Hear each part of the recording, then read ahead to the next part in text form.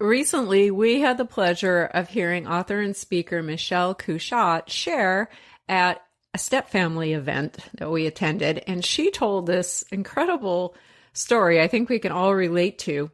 She and her husband had blended families. They each had young children, and they were really excited to go on this trip to Disneyland and take their kids. The happiest place on earth. The happiest place on earth. And she tells how she's standing in line with her stepkids and her kids, and they're waiting to ride the teacup ride. That's what she was sharing. And she was kind of like, oh man, we've got this thing together. Who says blended families life is tough? We're killing it over here. Look at us. We're just like a regular old family. Yep, right. We're in here with all of the other first families, and everyone's happy, and there's no tension here.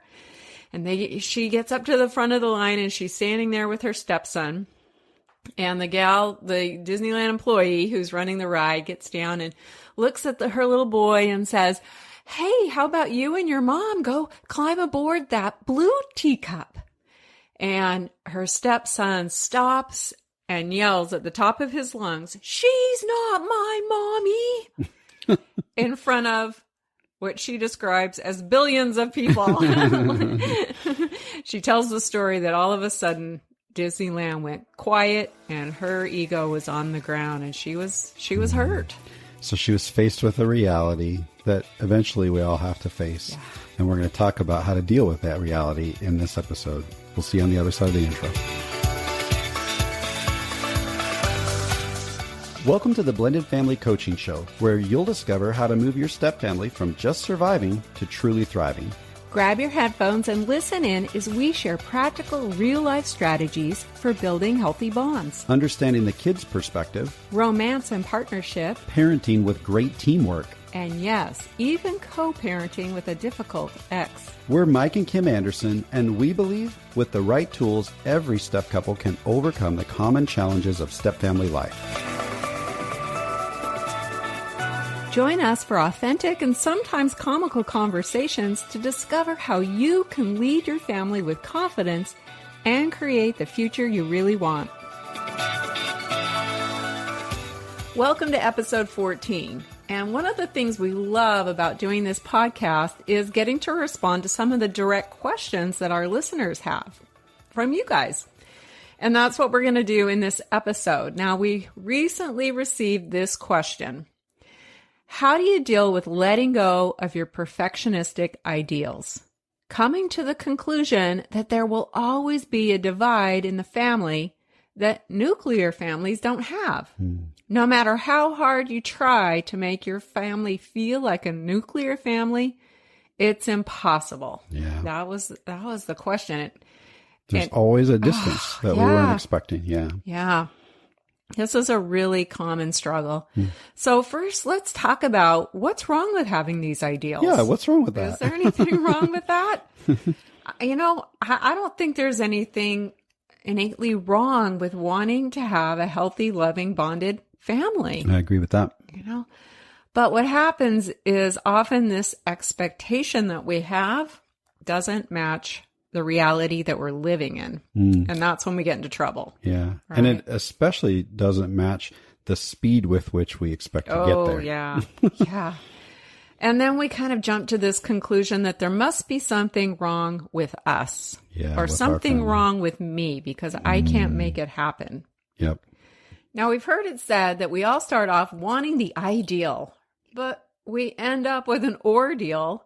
And then we start looking for a new deal. That's right. The grass is greener on the other side of the fence, right? Yeah. But most often it isn't the people in your blended family that creates all the tensions and the problems. So looking for a new deal isn't really going to help. No, because it's really the circumstances of blended family life that creates all these tensions and all these problems. And the tensions are actually normal. So rather than staying stuck in our ideals or thinking that the grass has to be greener anywhere but here, we need to learn how to live well in the tension and to adjust our expectations and let go of some of these unrealistic ideals that we all start out with when we blend a family. Yeah, and we're going to talk about some practical ways today to do that. And what's interesting, it's not just our own individual ideals or expectations. We also sometimes get stuck with cultural expectations. Oh, definitely. I mean, think about social media. We see all over the place of, there's no step family, there's only family. Yeah. And while that's really well-meaning, and I agree that we want to work toward bonds and we want to work toward loving each other and all of those things, the truth is that the dynamics within a step family or a blended family are simply different than a first family, and we have to approach them a little bit differently. And so we can't necessarily just blanketly say, we just have family, not step family. Yeah, we there's need to be sometimes wise. this message that there's some kind of easy fix. If Right. you just do it all step by step right, then it all just comes together wonderfully. Sure. And that just doesn't always happen. No. The other, we see it not only in social media, but even in, movies and media. If you're old enough to remember the Brady Bunch, it just made everything look like it should snip together really well. Together? Yeah, that was kind of a stupid thing, but that's okay. It's my thing now. So, but I have to say something on this one. I have seen in like that show Parenthood or This Is Us or some other shows, there's been a little bit more movement toward reality of the challenges that come with blended family life. So there is a bit of a change coming in our culture, which is good. But, we all want to protect ourselves. We all want to look good. Kim calls her favorite social media platform Facebook as opposed to Facebook. But we all have to deal with we want to be culturally acceptable. And there's a pressure that comes with that. And if we don't have it put together and we don't have it just right, and we aren't, standing at the front of the Disneyland line and looking all perfect and wonderful, then that means something's wrong with us. And that's that cultural expectation that's going on around us. So we have that personal ideal, we have the cultural expectations, and then we have a little bit of a perfection-driven society. Oh, definitely. We Right. always want to look right and say the right things, do the right things, perform. It's all about performance. Yeah. Not too long ago on the Facebook, our Facebook page, Kim posted a article from a gentleman named Nick Wignall. And he talks about this problem of perfectionism. And he talks about a few things. Perfectionism drives chronic stress because none of us are perfect. And when we're striving for perfection, that's stressful. It really does. It drives persistent dissatisfaction because when we don't achieve perfection, we're dissatisfied. Yeah. That's a bummer. And I know about this stuff firsthand because I do tend to be a bit of a perfectionist. It's really challenging. And I know, one of the things that Nick points out is that perfectionists know that achieving perfection and doing things perfectly is impossible. Like as a perfectionist, I know that, but yet we feel driven to keep trying anyway. Yeah. And it really burns us up. And so we've got multiple things kind of going against us here when we're trying to hold on to this perfectionistic ideal that we're going to suddenly somehow become a nuclear family, right? And sometimes our need for perfection is driven by our emotions, right? We become emotionally attached to this idea of the perfect day at Disneyland. That day when all of those usual tensions are low and everyone's in a good mood and it feels like we can actually be just like every other nuclear family enjoying Disneyland. We have this emotional attachment to it. But when the emotions take over and we become overly invested in making that perfect day happen or that perfect event or that perfect holiday, whatever it is, we're actually setting ourselves up for pretty painful reality when things don't go the way that we planned. So this article from Nick, his main point is that the secret to overcoming perfectionism is to practice being tolerant of our emotions. And he does a great job mapping out some specific steps that we can all do that can help us to work through those emotions in the moment. And as we practice these steps that he lays out, we also begin to proactively catch ourselves in the future when we start to go down that same road, when we start to become overly invested in making everything perfect. And we're going to link that article on perfectionism, Nick's article. It's a really great read. You want to check that out if you struggle with that. Yeah, we'll link to that in the show notes. And that's a little bit different than what we're going to talk about today. Yeah, so what we want to do is take a bit of a deep dive on this because this seems to affect everyone. And we're going to give you 3 steps to help you reframe the ideals and those cultural pressures and the drive for perfection to become that nuclear family when you're living in blended family dynamics. So we're going to dive into that. And step 1 is one that seems simple, but it's actually quite complicated. And that is to rewrite the story in your head. We all have stories in our heads, don't we? We do. And because our emotions can be tied to the perfectionistic ideals, so can the stories in our head. These two work in tandem together, and they create expectations, things that we really believe should happen. Now, the moment 2 people meet and they start to date, that very moment, we begin to tell ourselves a story, right? And as we get to know each other more and our relationship becomes deeper, the story grows. And often the story goes something like this. Wow, this guy is amazing. Yeah, he really is, isn't he? He's everything I've been looking for. He's sweet. He's responsible. He's honest. He's so fun to be with. We have such a good time. We have so much in common. Plus, he really loves my kid. It's awesome. He's going to be a great stepdad. Man, I can see us having exciting adventures together and doing life as a family. Oh, it'd be so nice to have someone help me with parenting and all the responsibilities too. This is going to be great. That's a pretty sweet story. It is. And this was the story in my head when I met and fell in love with Mike. Aw.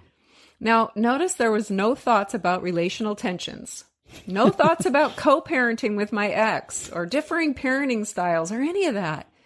This original story in my head was 99% positive. Only 99%? About, yeah. I really thought things were going to be smooth. Yeah. And this was the story in my head on our wedding day. Now, I know you can imagine my shock.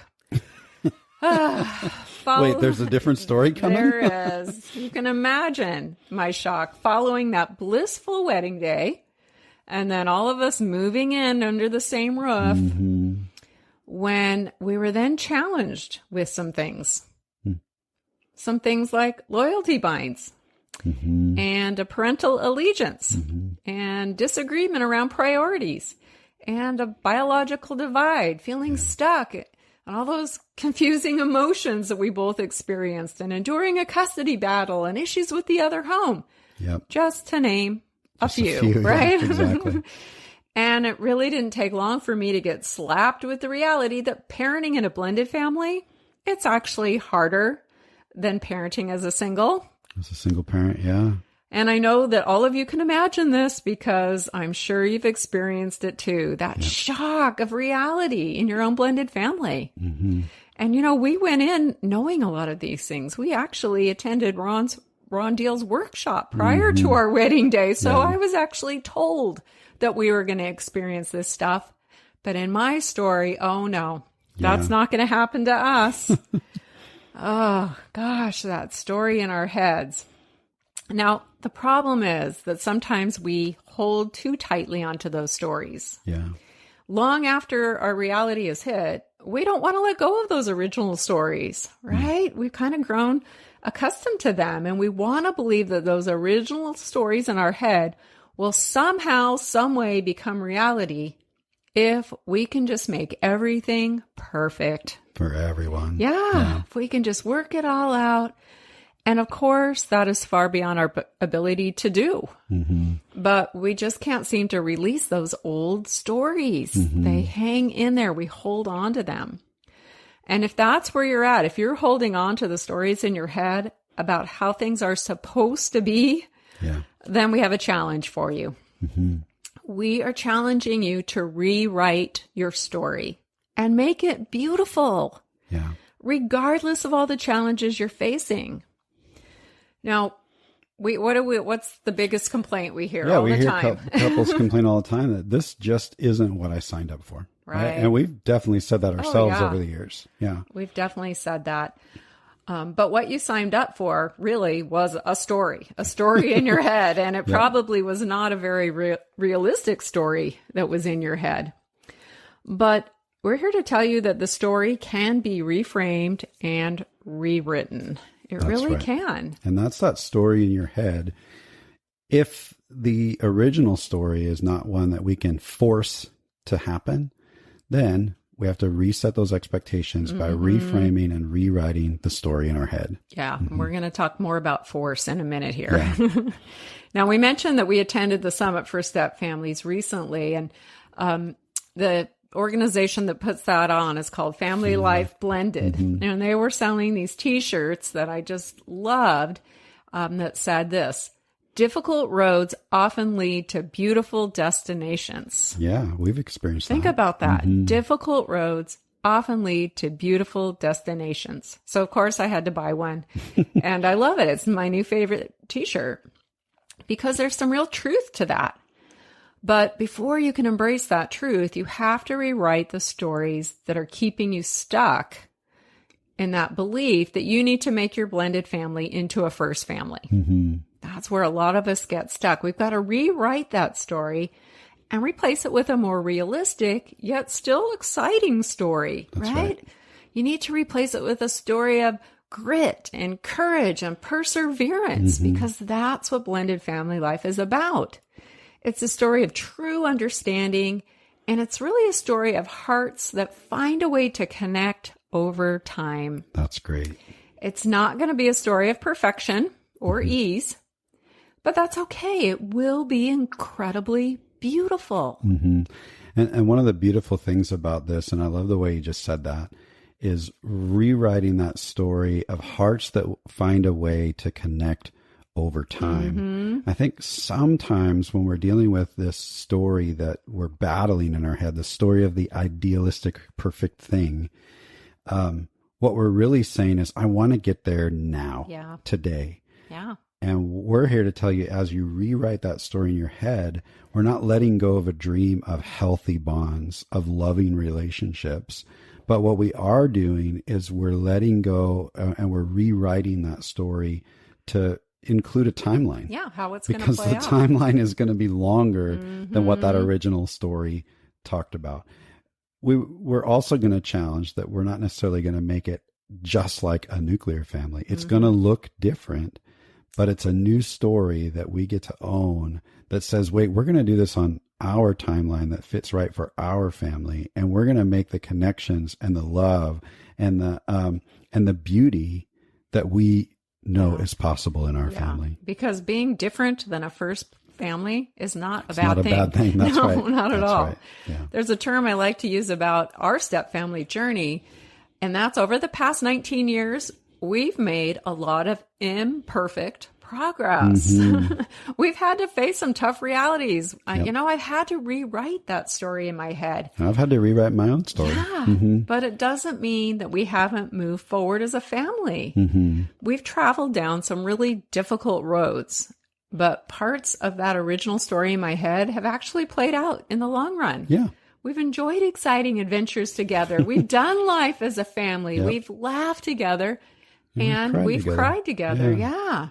And Mike has been a great stepdad to my daughter. Sometimes. Well, not perfectly. Nothing in our journey has gone perfectly smooth as I originally believed that it would or should.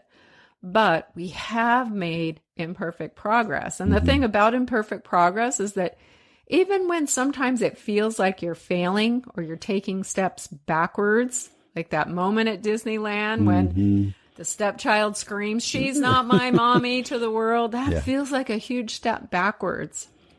And often in the step family journey, it is 3 steps forward and 2 steps back. That's right. But you know what? The reality is you're still a step ahead of where you began. You're still making some progress. I'm sure there was some things about that Disneyland trip that went great, that went wonderful. Right. So we've got to learn how to embrace our blended family's imperfect progress and be okay with that. We're so excited to let you know about something brand new we've created just for you. We've realized that with so many episodes available here on the show, it might feel a bit overwhelming to find the topics that matter most to you. That's why we've created a simple tool for you to receive a personalized playlist focused on your current struggle or your biggest challenge. That's right. It's called the Blended Family Breakthrough Quiz. You'll answer just a few questions, and based on your responses, we'll email you a curated custom playlist of episodes that are specific to you. This simple quiz will direct you to the most impactful episodes that pertain to you personally and keep you on track in your journey of discovery, learning, and growth. So, scroll all the way to the bottom of the show notes for this episode and click the link to take the Blended Family Breakthrough Quiz today. Okay, let's get back to the discussion. And I would argue that the real only way to truly embrace imperfect progress is by rewriting and reframing the story that's in your head. And because if we're constantly trying to achieve perfection, then we're right back to what Nick said. We're going to be constantly dealing with disappointment. Yeah. Because we're not going to get there. So if we want to embrace that perfect progress and we want to begin to move beyond those perfectionistic ideals like was in that original question, then the first step truly is to rewrite the stories in our head. Mm-hmm. Now, the second step is all about focusing on the things that we can control.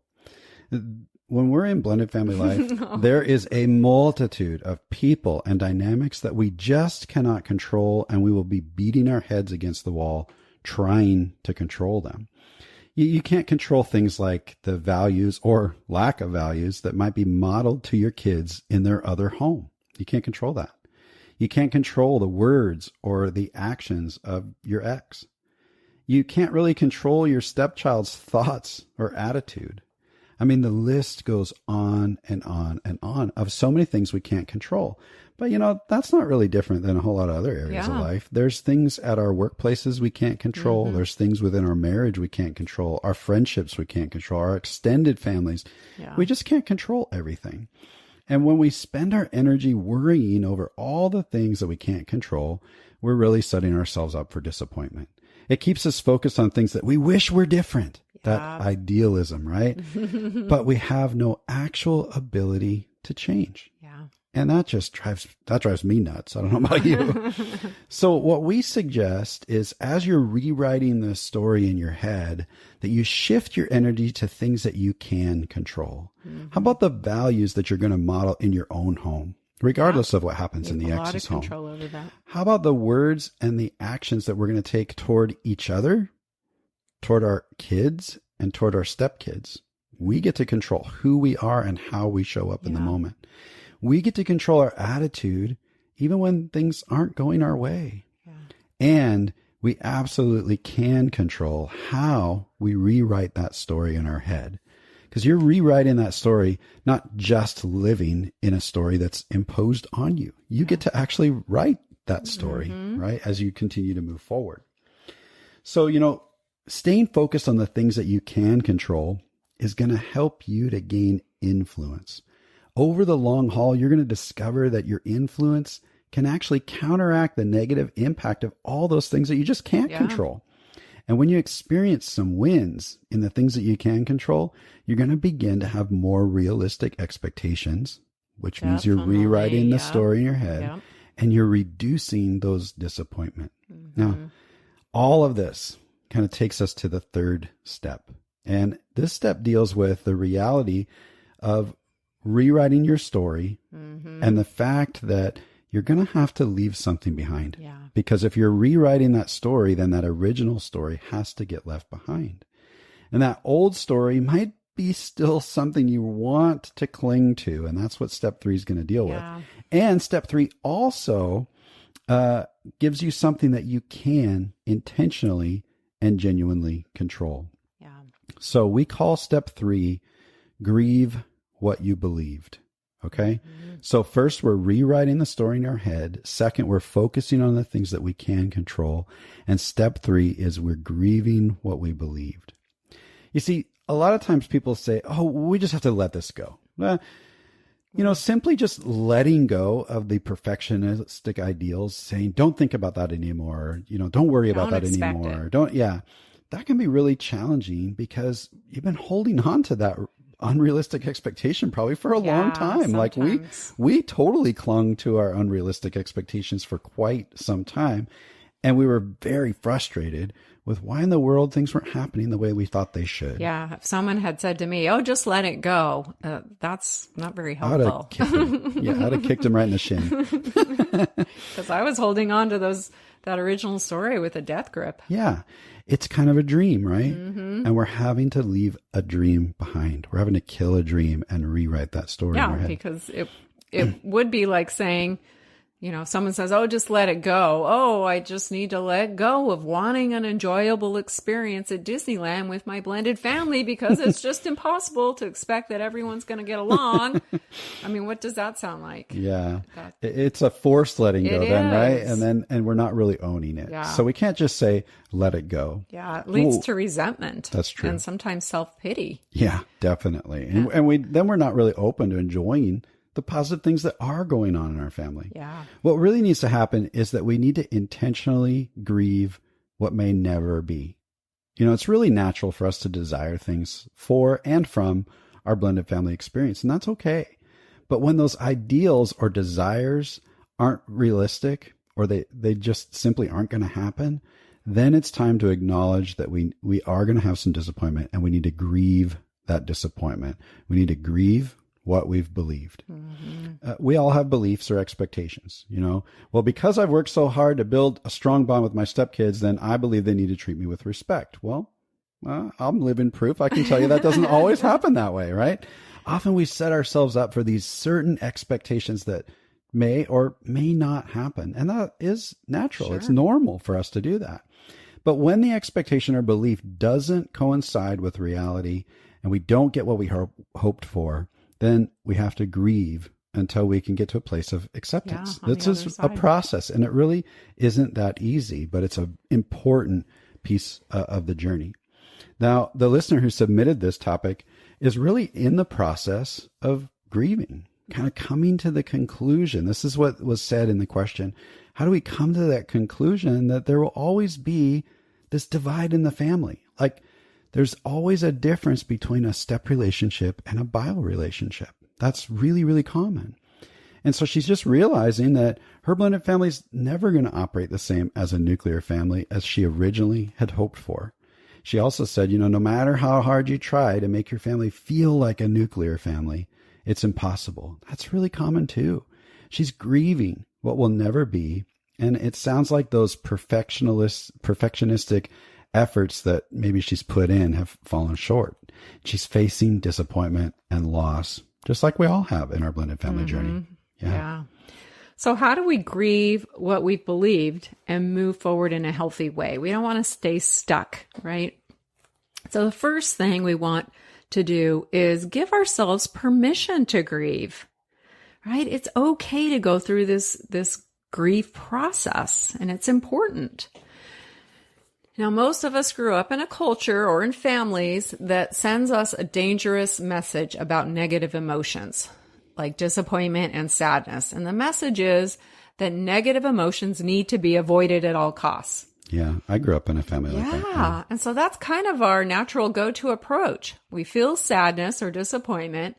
That makes us feel bad, and then we naturally lean toward avoidance. We don't want to deal with it. Stuff it. Yeah. Mm-hmm. And it manifests itself as this fight or flight response. We either do our best to fight against those negative emotions, we kind of attempt to let it go, or we do kind of unhealthy coping mechanisms to just kind of numb out from it or run away from it, or we physically run from those unhealthy emotions by stuffing them down. We just ignore them. Or running away from the people. Yeah. Yep. Mm-hmm. Yeah. And we stuff until we can no longer contain all of these negative emotions. And then at some point, of course, we end up exploding. That's kind of my go-to. Either volatilely or by really putting up walls around ourselves. Yeah. So negative emotions make us feel bad, and so we do what we can to avoid them. And our culture really promotes that. Fake book. Yeah, fake book promotes that. The problem is when we try to avoid feeling bad, we also tend to view our emotions themselves as being bad. And our friend Nick Wignall says this about negative emotions such as sadness. Just because something feels bad doesn't mean it is bad. Say that again. I love that. Just because something feels bad doesn't mean it is bad. Yeah. Well, that's really powerful in this whole story because we're rewriting this story. We're grieving the loss of the original old story, and that really feels bad. It does. But it doesn't mean that leaving that old story behind is bad. Is necessarily bad. Yeah. And when we don't allow ourselves time to grieve, then our negative emotions take on a life of their own. They really can. We feel that initial emotion like sadness, and then we feel bad about our sadness, and that leads us to feel there's something wrong with us. So now we're dealing with shame and guilt on top of the sadness. Yep. Why can't we just get it together? I know. But the truth is, just because something feels bad doesn't mean it is bad or that we're bad. That's right. We've got to get past these toxic ways of avoiding our emotions so that we can grieve our losses and move forward towards healing. That would be the goal. Yeah. So we're giving ourselves permission. Yeah, you've got to give yourself permission. It's okay to feel sad about this. So once we've given ourselves permission to grieve, then what do? Then we need to go through a process of grieving. And that's really important. And, we all need to discover the best way to do that. Yeah. This is really a personal thing. Personally, I find that journaling and prayer are helpful ways that I can just kind of acknowledge and face my disappointment and my sadness. That works for you, yeah. And also, I'm a little different, actually. Yeah. I tend to process with other people. I have you do. a small handful of trusted people in my life. When I'm having to let go of an old story and readjust my expectations, I need to connect with other people and verbally process it. Yeah. So there are very personal ways to many do ways, this. Yeah. Another way is choosing to focus on gratitude. That's really helpful for me. That helps me too. Yeah. I think that's somewhat universal. Yeah, focus on the good things that are happening. So you might need to try several different approaches and discover what is the best way for you to process through your grief. You might even consider working with a counselor. We've both done that as well. That's really beneficial. Now, there's a strategy that Nick maps out. He's got a really great article that we're going to post in the show notes. It's a different article. Yeah. And he calls this scheduled sadness. And this simply means scheduling a regular time to intentionally reflect on and be with your sadness. And the article that he wrote, it's called Scheduled Sadness, Why You Should Make Time to Be Sad on Purpose. And he maps out this 5-step program. It's really awesome. And his healthy approach is that you don't need less sadness. You need a better relationship with sadness. That's really good. Yeah. So I don't need to remove sadness from my life, but I need to know how to respond to it in a different and a better way. Yeah. And here's the quote that I love from this article. Most unhealthy or excessive bouts of sadness are the paradoxical result of trying to escape our sadness and the unwillingness to be with it. Wow. By making time to intentionally approach and be with negative feelings like sadness and grief, we train our minds not to be afraid of them. The result is a stronger capacity to observe and tolerate our painful emotions without getting lost in them. Wow. That sounds like a lot like, I think it was last week we talked about resilience. Yeah. And learning how to recover Definitely. better. And making time on purpose to be with that sadness so that we aren't constantly either trying to stuff it or kind of catastrophizing the whole thing too, right? Yeah, that's really good. So however you decide is best for you to process through your grief, the goal here is to come to a place of peace and acceptance with the realities of your blended family journey. Because we don't want to stay stuck in avoidance. We don't want to stay stuck in our sadness. We want to discover some healthy ways that we can move on. Yeah. And this is so important, when it comes to grieving, because there's all kinds of things that we hear couples needing to grieve. The first one simply is the one that we had submitted here. How do we move past letting go of these idealistic, perfectionistic thoughts and stories that we're going to be just like a first family? Well, part of it is grieving the fact that that's not going to happen so that we can break through and move forward. Yeah, we can find the beautiful things in the difficult journey. That's right. Yeah. Another one we hear quite often, and I've definitely experienced this, is bio parents missing their kids when their kids are at the other home. Yeah. That's something to grieve sometime, or if your kids are missing important events in your home because the scheduling doesn't work out. And that can happen, especially in a complex step family where you both have kids and one partner's kids are there more. And then you're missing your kid, but your stepkids are there. I mean, it can get really, really emotional around our kids. And that, points to step 2. Yeah. We've got to focus on what we can control. And sometimes scheduling are things that we just can't control. Yeah. And so we're going to have to grieve and let that go. One I know I had for a while is sometimes there's an unexpected lack of the honeymoon period, right? We may have taken a honeymoon, but when we got back from that trip, we hit the ground running because there was already kids involved. In our case, for Kim and I, this was my first marriage. And that was something I had to grieve was, well, wait a second. We had some time together, but it just wasn't the same as if it was just the two of us against the world. That we never had that. We were a family right out of the gate. Even our honeymoon together, and I say that in quotes, wasn't the same because I was constantly calling back home and checking on my child and thinking about my child and missing my child. So it definitely wasn't the same. Yeah. Another thing that can bring up a lot of grief is the childless stepmom. A stepmom who has all the responsibilities of a mom. She's carrying the load for her stepkids. And has no biological kids of her own. That's and may not be able to have or whatever's happening there. Maybe the couple's decided that they're not going to have any mutual children. That could be something to grieve. Or sometimes it's just simply the loss or delay of a dream, right? Maybe we had this dream that we were going to move to the big city or we were going to go traveling or do these other things. But because of the responsibilities that we have for these kids, we're locked into staying in this local area or, there's all kinds of ways this one plays out. Sometimes we have to let that go, or at least we have to know that in this season, we're not going to be able to make that happen. A lot of times we have to grieve that. Sacrifices that have to be made, especially with so many couples meeting online. They live in different places. Can be really challenging. So they fall in love, and then it's, someone's going to have to move. Yeah, whose kids are going to do what, and how is that? Whose kids have to change school districts. There's loss that comes through that. Yeah, you're leaving things behind, and that's hard. There's always that level of biological divide. Yeah, right? Accepting that's going to be always seems to be there. Yeah, and we have to tolerate the impact of an unhealthy ex at some level and figure that out. The fact that the kids will face challenges that are rooted in this whole blended family dynamic. There's literally dozens, maybe even hundreds of things that we have to grieve in blended family life. Yeah.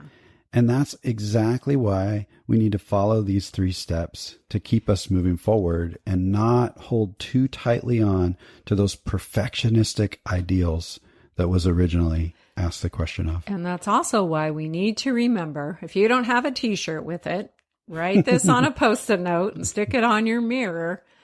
Difficult roads often lead to beautiful destinations. That's right. That's right. Hold on to that truth. So to do that, to help us take another step before that, we're going to take these 3 steps.